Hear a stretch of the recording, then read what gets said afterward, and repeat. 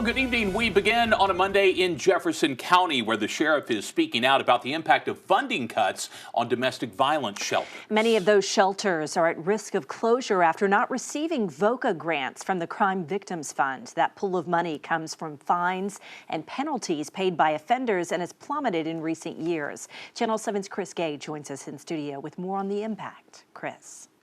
Beth and Chris, Sheriff Lafayette Woods is a board member of the CASA Women's Shelter in Pine Bluff, and after CASA lost its VOCA funding, he is worried that the funding cuts will be potentially deadly for Pine Bluff and for communities across the state. If you can't safely be held in a shelter and be provided the resources that are going to help you to overcome that situation and not be placed back in it, and to me, would drive somebody to go back into the situation, ultimately put themselves directly in harm's way to ultimately be abused again and up to being killed.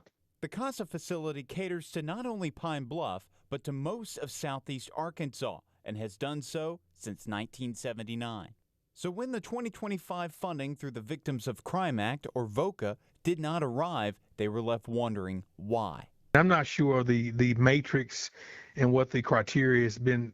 I have not seen that criteria of the assessment to prioritize what shelter is going to get the funding. According to documents shared by Scott Hardin with the Arkansas Department of Finance and Administration, shelters must meet certain qualifications when applying for VOCA grants, which is based on a scoring rubric.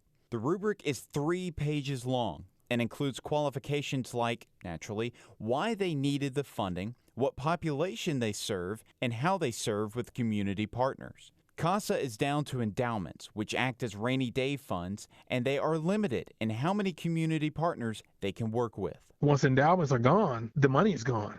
So who decides which shelters get the VOCA funds? Hardin shared another document that named each member of the Victim Justice Assistance Advisory Board. Each of the 14 members represent these organizations to distribute the $9.1 million across 6 regions in the state. According to Hardin, the Department of Finance and Administration received 111 applications for VOCA funds, which totaled $18.6 million, which was double what was available. Hardin says that for shelters that missed out on this funding, they are encouraged to reapply for the funding for the 2026-2027 cycle. On your side, I'm Chris Gay. All right, Chris, thanks a lot. And if you are interested in learning more about that process, we have much more on our website. Just look for this story over at KATV.com.